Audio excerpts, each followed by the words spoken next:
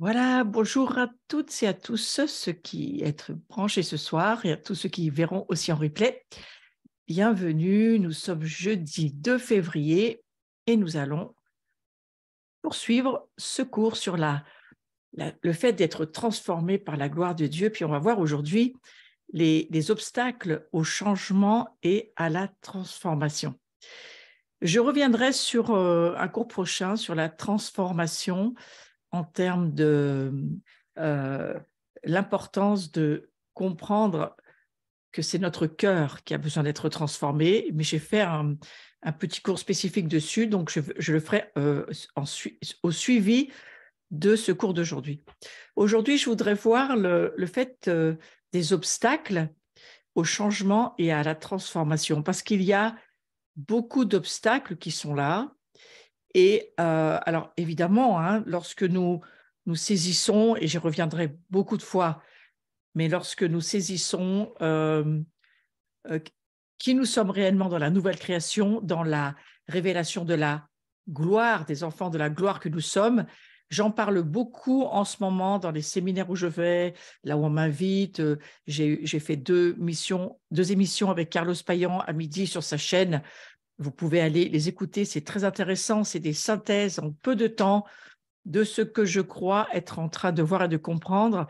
Et j'amène tous ceux que je peux avec moi dans ce nouveau, parce que c'est quelque chose de nouveau que nous ne voyons pas la saison passée. C'est quelque chose pour maintenant. C'est une grâce que Dieu nous fait. En tous les cas, à moi, il me l'a fait, d'arriver à commencer un peu, hein, je dis bien un peu, à voir ce qu'est la gloire de Dieu, et en tous les cas, de la rattacher avec nos anciens logiciels, qui ne sont pas faux, mais qui ont besoin d'être mis à jour. Et je vous redis, c'est vraiment des remises à jour qu'il faut faire. Et cette transformation, elle se fait beaucoup par le fait d'écouter la parole de Dieu d'une façon renouvelée, avec une onction différente, celle de cette saison, et de façon à ce que nous puissions laisser le Saint-Esprit corriger au fond de nous ce qui doit l'être. Donc, il faut avoir une attitude d'ouverture, hein, et de dire, eh bien voilà, je veux accueillir ce que tu veux me dire, puis je veux abandonner peut-être même mes vieilles manières de comprendre, parce qu'il y a d'autres manières aujourd'hui de comprendre que je voudrais recevoir. Ça, c'est l'attitude qu'il nous faut pour évoluer, pour passer de la grâce à la gloire. C'est extrêmement important.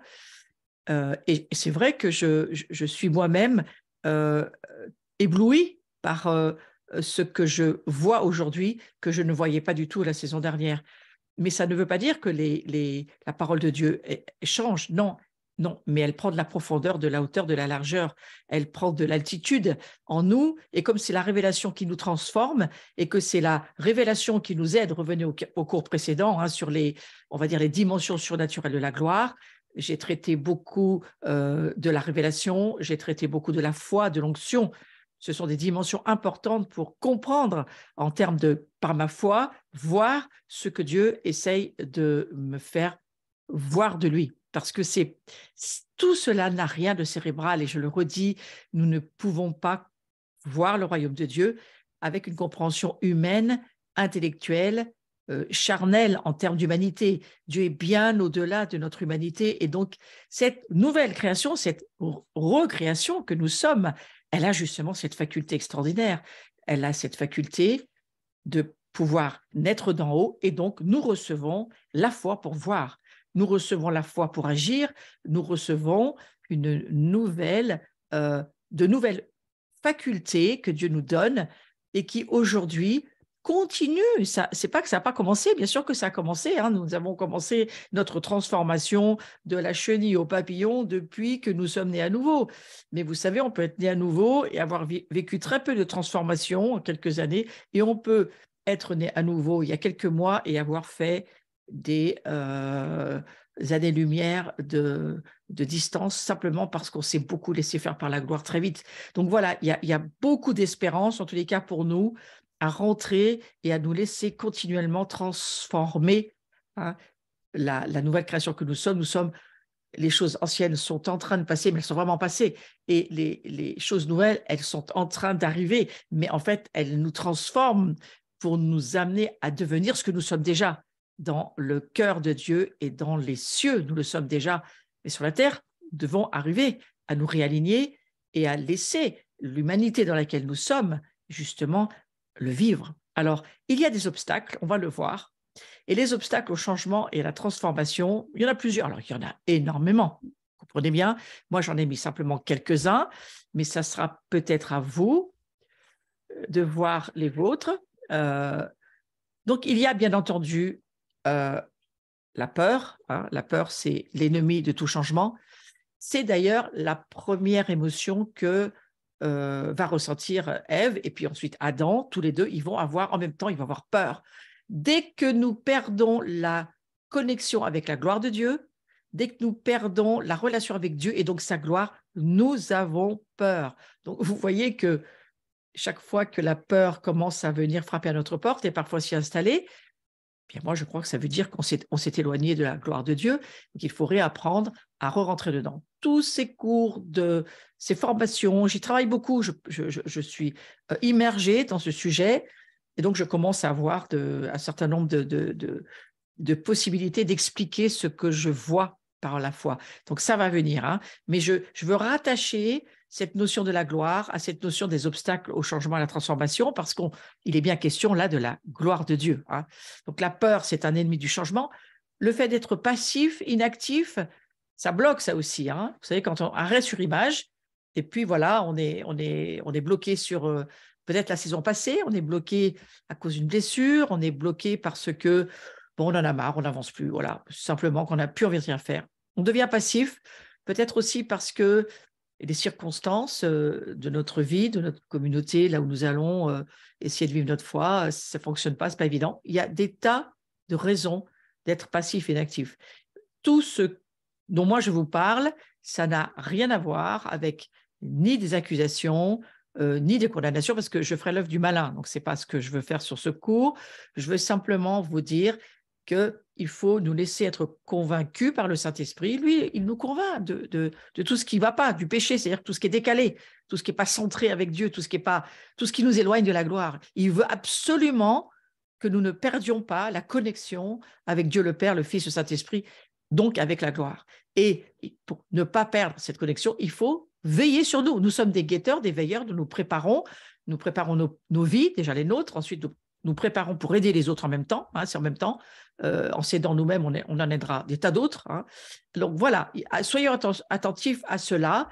Il y a la peur, il y a le passif, hein, l'inaction, l'inactivité, et puis il y a aussi l'action qui attire l'action et produit le changement et la transformation. Et vous voyez, cette action qui va faire que plus on va agir, plus on va avoir envie d'agir, et plus le changement se fera, parce qu'on va prendre l'habitude d'agir et de laisser les choses se faire. Donc là, il ne s'agit pas d'obstacle, mais de changement à la transformation.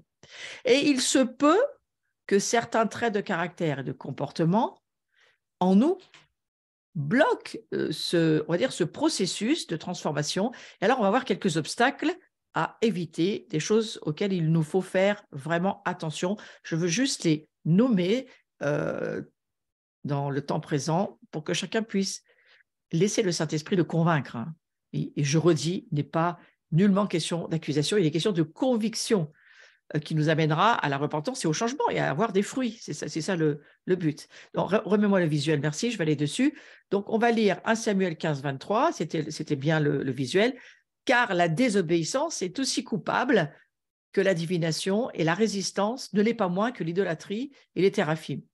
Puisque tu as rejeté la parole de l'Éternel, il te rejette aussi comme moi. Donc, c'était une parole qui a été donnée par Samuel, mais c'est une parole qui nous intéresse, nous, dans notre contexte de la gloire de Dieu. Voyez-vous, d'abord, toute obéissance, elle se fonde sur la grâce et sur l'amour.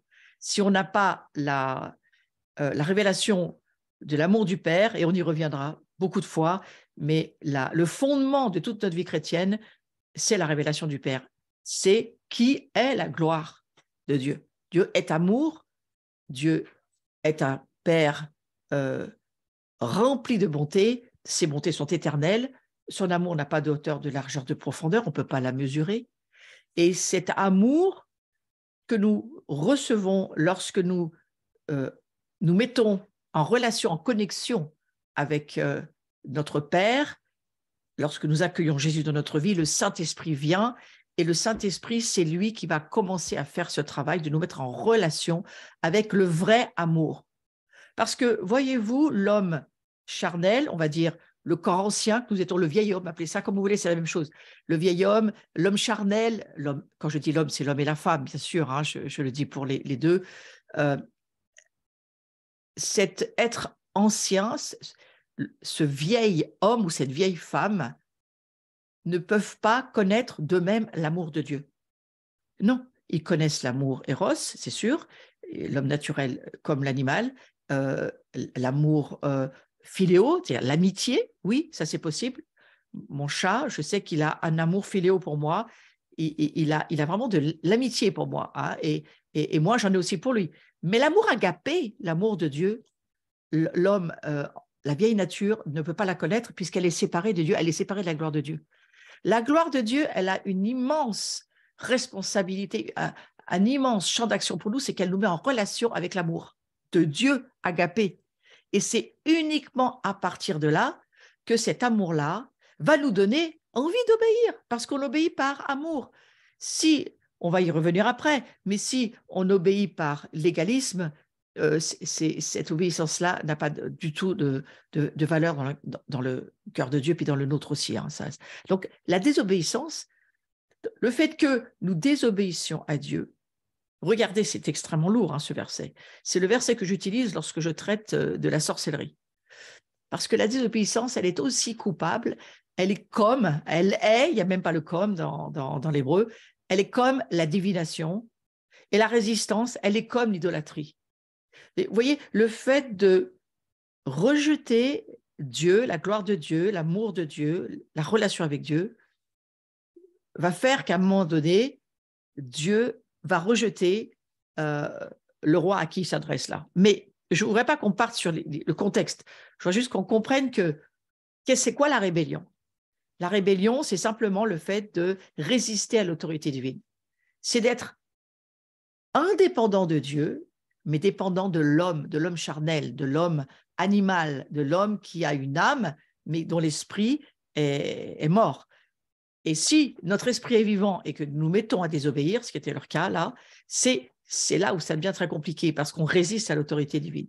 Et être rebelle, ça veut dire que on rejette l'instruction, on rejette la discipline, on rejette l'enseignement, on rejette la correction et on refuse d'obéir à Dieu et aux représentants de son autorité sur la terre. Donc aux yeux de Dieu, la rébellion, c'est très grave. En fait, c'est une forme de sorcellerie ou de divination. Comprenons-le comme étant le contrôle de l'homme par l'homme sur l'homme. Ouais. Vous voyez, la sorcellerie, en fait, c'est lorsque ton âme contrôle tout et voudrait même contrôler Dieu, la parole de Dieu, puis décide de faire comme elle a envie, puis si Dieu n'est pas d'accord, c'est la même chose. Ça, c'est vraiment la rébellion. Mais c'est une forme de sorcellerie. C'est lorsque l'âme de l'homme va contrôler et que Satan va l'utiliser. Et ça deviendra, eh bien, toutes les œuvres de la chair, hein, Galates 5, 19, dont la divination, dont tout le côté occulte font partie. Alors, la rébellion, l'entêtement, l'idolâtrie, attention, tout ça, ce sont des obstacles à vivre pour la gloire de Dieu, évidemment. Hein. Et on va voir que l'orgueil et l'humilité, il y a deux choses. La seule arme contre ce péché, c'est de développer un esprit d'humilité.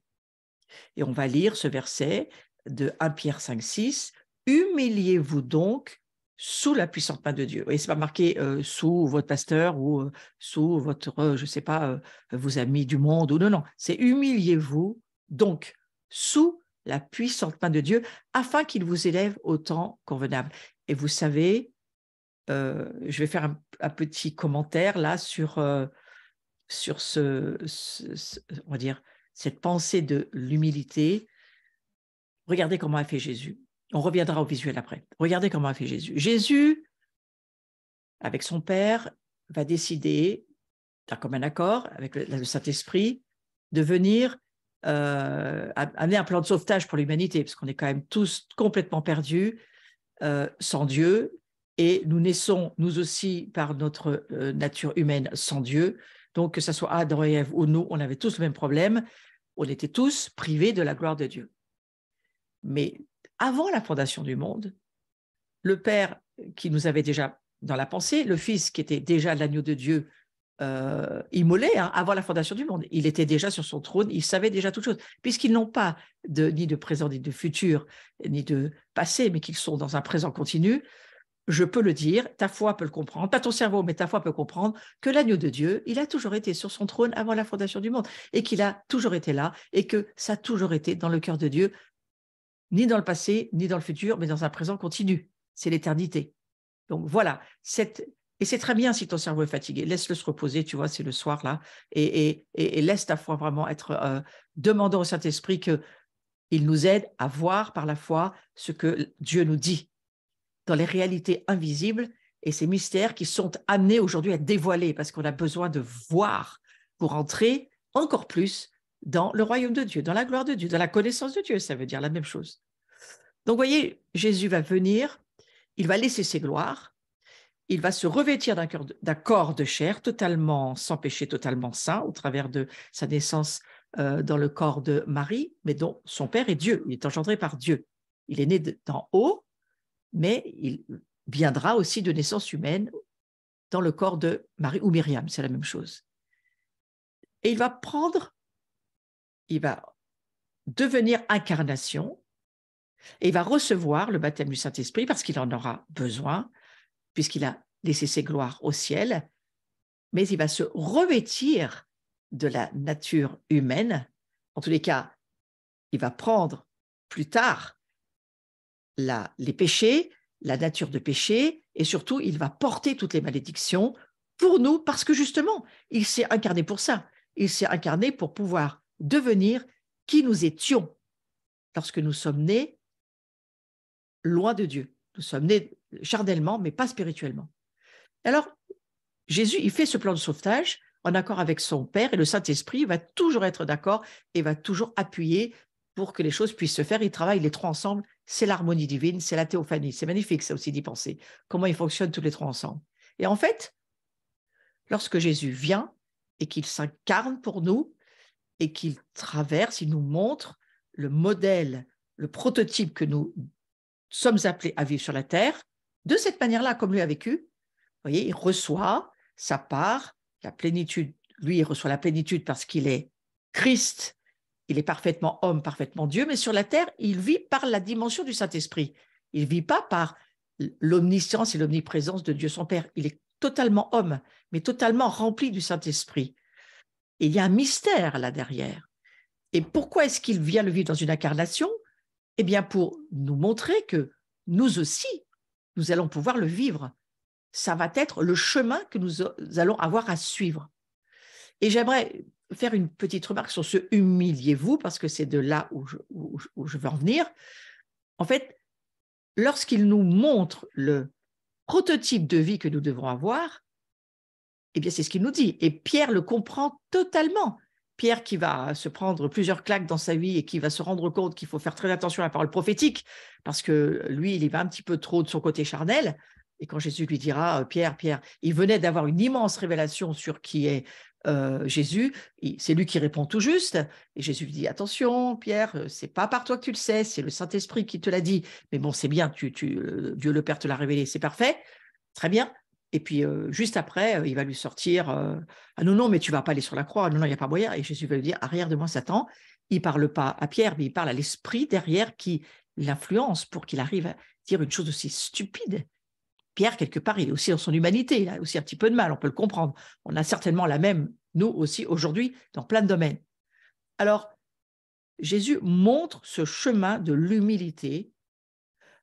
Et il y a un verset très clair où il dit qu'il va s'abaisser lui-même pour ne pas devenir l'égal de Dieu. Il va s'abaisser, et il va passer par une kénose, c'est-à-dire il va passer par le dépouillement total de qui il était, sans péché, d'une chair, mais qui n'a jamais péché, son être intérieur n'a jamais péché. Et il va se revêtir de notre nature pour payer pour nous, pour qu'il puisse échanger sa nature contre la nôtre. Et pour cela, il doit se laisser être dépouillé, non seulement de ses gloires dans le ciel, mais ensuite sur la terre, il va prendre une attitude de serviteur. Jésus, si vous regardez sa vie, il est au service, il ne vit pas pour lui, il ne vient pas pour parler de lui, il vient pour parler de son Père, il vient pour montrer au monde qui est son Père, pour ceux qui veulent croire, et il vient aussi pour nous montrer qui nous sommes au travers de la vie qu'il vit sur la terre. Voilà, la vie qu'il manifeste sur la terre, c'est pour nous dire, voilà qui vous êtes. Moi, je remonte au ciel, mais vous allez continuer à être qui je suis. Et vous le vivrez parce que je vis en vous et que c'est par le Saint-Esprit, comme moi j'ai vécu sur la terre, vous allez faire pareil et vous allez vivre depuis la gloire de Dieu.